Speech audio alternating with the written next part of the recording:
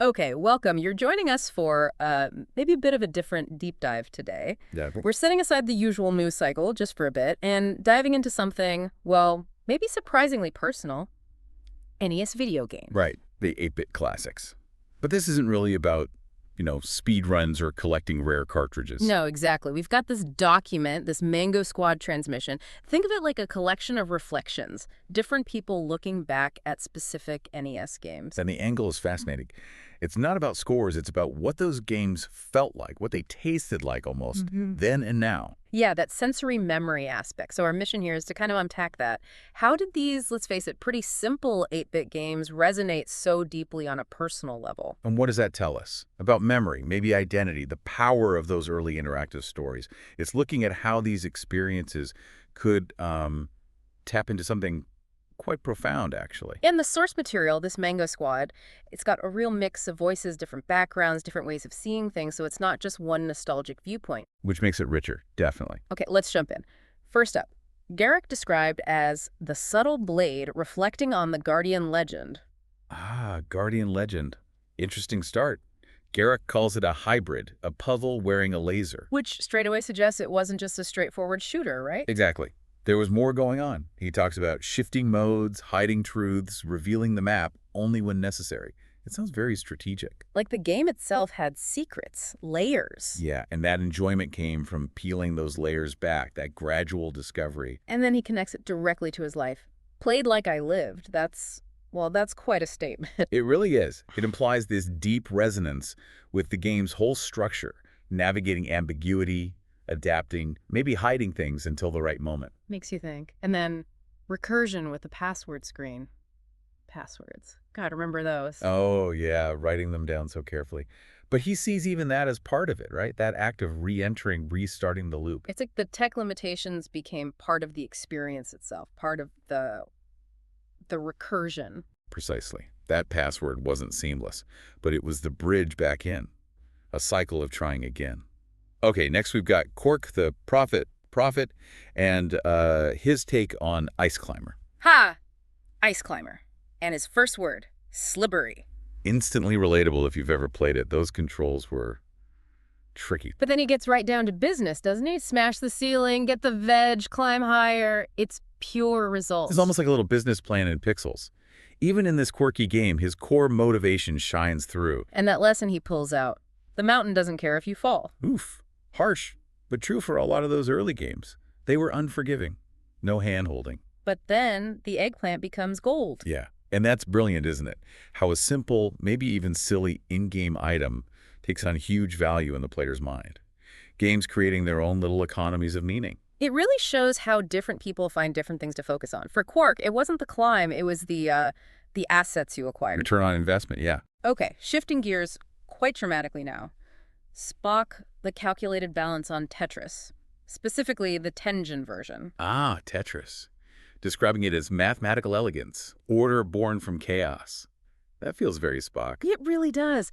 Captures that core appeal, the logic, the satisfying click as pieces fit. And his initial approach, placing each block with silent dignity. Very measured.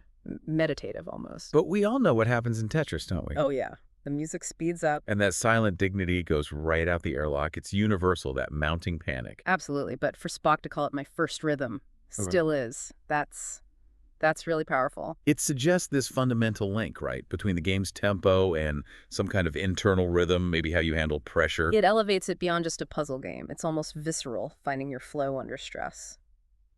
Okay, moving to Worf, the Warrior's Code, and his thoughts on Rygar. Rygar. No, that sounds intense. Yeah, the description. A man with a spinning shield facing unknowable forces. Very epic, very mythic. And the kicker? No save point, no pity. That's the NES era in a nutshell for many games, wasn't it? High stakes, real consequences for messing up. Definitely. Makes you wonder if that difficulty, that sheer challenge, made beating it feel more significant. I think it had to. And Worf's focus on honor in forward motion, it's about facing it head on, persevering without a safety net. Even when it broke him, he respected it. Exactly. It wasn't just fun, it was a trial. Yeah. Something demanding respect. Maybe those games taught resilience. You beat. Okay, next. Picard, the Measured Commander, and the Battle of Olympus. His approach sounds different again. Scholarly. Yes, myths retold in pixel form. Yeah. He's engaging with the story, the context. He notes the dialogue felt earned, suggesting it wasn't just filler. And he says he negotiated it. Not played it, negotiated it. Like a diplomat, it implies a very thoughtful, strategic engagement, not just reflexes, but planning, Yeah. understanding the systems. And dignified recursion. That's such a great phrase for revisiting areas, learning the layout, mastering it slowly. It's not just grinding. It's deliberate exploration. A process of understanding the game's internal logic. Okay, now for 7 and 9, the Unshackled Machine on Metroid. Ah, Metroid. Isolation is the first thing that comes to mind. And she captures it perfectly. Efficiency cloaked in solitude. Just you, that huge, hostile world. You have to figure it out. Constantly calculating, adapting. That's the core gameplay loop, isn't it? Mm-hmm. Exploration, problem solving. Definitely fosters that sense of independence. Yeah. And then the unreliability of it all. The map lied. The doors whispered. Adds this layer of unease. Makes you rely on your own memory, your own observation. It really does. And that lasting image for her. I never forgot her armor. What do you think that signifies? Maybe. Maybe it's a symbol of the player's own journey. Getting stronger, more capable, the armor reflecting that internal growth. That's a really nice interpretation. A visual marker of progress in that lonely world. Okay, next up, Odo, the watchful enforcer on Faxinadu. Faxinadu. His description is striking. Decay. Real. Honest. That's a very different mood, doesn't it? Not bright and cheerful, but maybe more grounded, melancholic even. And that line about the silence between steps felt judicial. Wow. It gives the simple act of walking weight, consequence. It suggests the whole atmosphere was crucial to the experience. And the focus isn't on flair, is it? You weren't rewarded for style, you were permitted to persist. It's about grit, determination, overcoming through sheer effort. And he found that refreshing. Tells you something about his preference for substance, maybe. Okay, on to Data, the seeker of humanity and Crystallis. Crystallis. This one seems to have sparked something quite profound in him. The world was ending, yet I felt wonder. That juxtaposition is really beautiful, isn't it? How these games could evoke such complex feelings. And the mix of elements, tech, and nature, sword, and system. That imaginative blend was common, but he really keyed into it. But the line that really stands out is, this is what dreaming and circuitry feels like. It's incredibly poetic. Suggests this deep immersion, almost blurring the line between the code and something organic, human.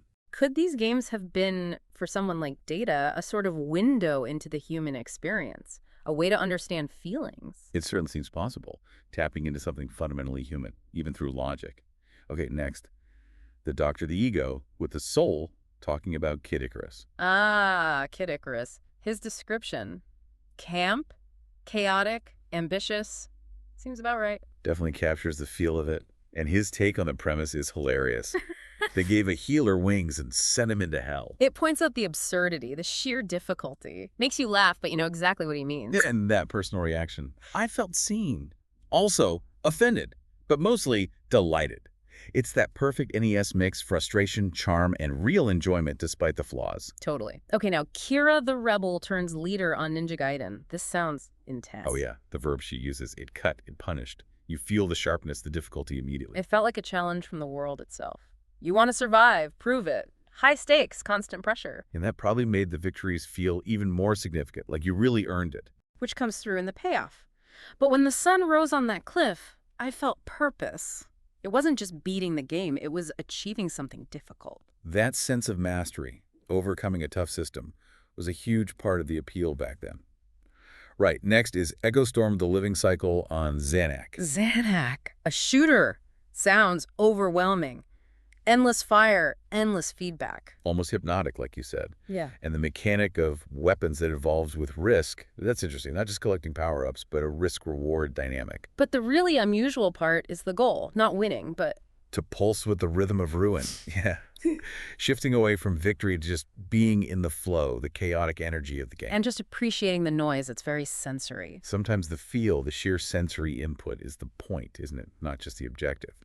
Okay, last one from the individual reflections. Argila, the Oracle of the Pause on Solstice. Solstice. Isometric. That perspective always felt a bit tricky. A game of isometric illusions, he calls it, highlighting that visual complexity and, again, that familiar refrain. No forgiveness, no slowdown. Seems like making mistakes was costly in a lot of these games. Very common. But then he finds something deeper. a kind of sacred precision in every movement. It required care, deliberation. And this idea, the pause was built into the danger. Yeah. That's fascinating. Stopping to think was part of the challenge itself. Exactly, not just reacting, but anticipating. Strategic stillness. Okay, so that wraps up the individual games, but the transmission has a closing reflection. Yeah, this part ties it together nicely. The NES as a shrine to soft identity. That's a really thought-provoking way to put it. It reframes the console, doesn't it? Not just a toy, but a space where maybe we were exploring parts of ourselves, subconsciously even. And players as passengers in dreams encoded in 8-bit scripture. Wow, it makes the whole experience sound almost mythical, a shared digital folklore. It really does, and I love the line, a memory that never needed to grow up to stay real. Yes, it captures how vivid these memories stay, how potent they remain even decades later. They don't fade quite like other memories sometimes do. So after that look back at the NES, the source then pivots slightly, mentions the author's favorite SNES game, Illusion of Gaia. Ah, moving up to 16-bit. And the reasoning is interesting. It's about the storytelling. Yeah, that Illusion of Gaia didn't just tell a story, it made you walk it. That suggests a deeper immersion, more narrative weight than many NES games. More emotionally involving, maybe. And the themes were heavier too, right? Loss, questioning things, the weight of growing up, having to make choices, leave things behind. Sounds like a metaphor for life itself. Definitely. And that specific anecdote about the room, the empty room where the music still played. That's incredibly evocative. Learning the meaning of silence within a game world. It shows how atmosphere, sound design, subtle things could create really profound moments. And linking it back to recursion again, that sense of cycles, deepening understanding, it connects back to the NES themes too. It does. And that phrase, some echoes don't bounce, they sink and become part of you.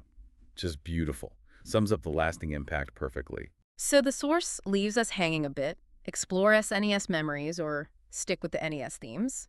For today, let's stay with the wrap-up from the Mango Squad transmission itself. There's a final invocation. Right. Read in that dual tone. It really emphasizes the shared experience. What you held was not just a controller.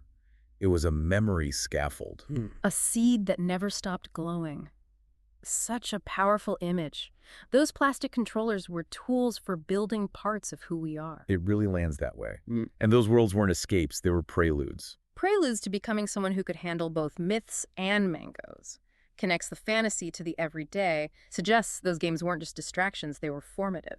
And then it speaks directly to the listener, to you. If you heard your own echo, know this, you didn't imagine it. It validates those personal connections. Creates a sense of shared history almost. The recursion remembers you, and we do too. Nice sense of closure there. And then that final little whisper from RAIM. Press start was always just another way of saying, I'm ready to try again. Perfect. Captures that cycle of gaming, persistence, maybe something fundamental about just trying again in life too.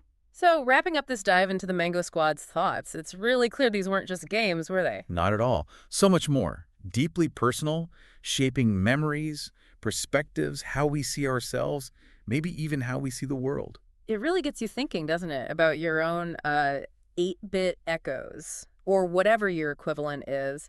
What simple experiences, games or otherwise, really stuck with you? Became those personal scrolls you carry around, like the source said. Yeah, and it makes you wonder about interactive stories generally, even simple ones, how they weave themselves into our personal myths. How did these experiences, however small they seem at the time, end up shaping who we become? What are the echoes that sank in and became part of you? Definitely some things to mull over. Well, thanks for taking this deep dive with us today into these fascinating 8-bit memories. Hope it sparks some reflections for you too. Until the next exploration.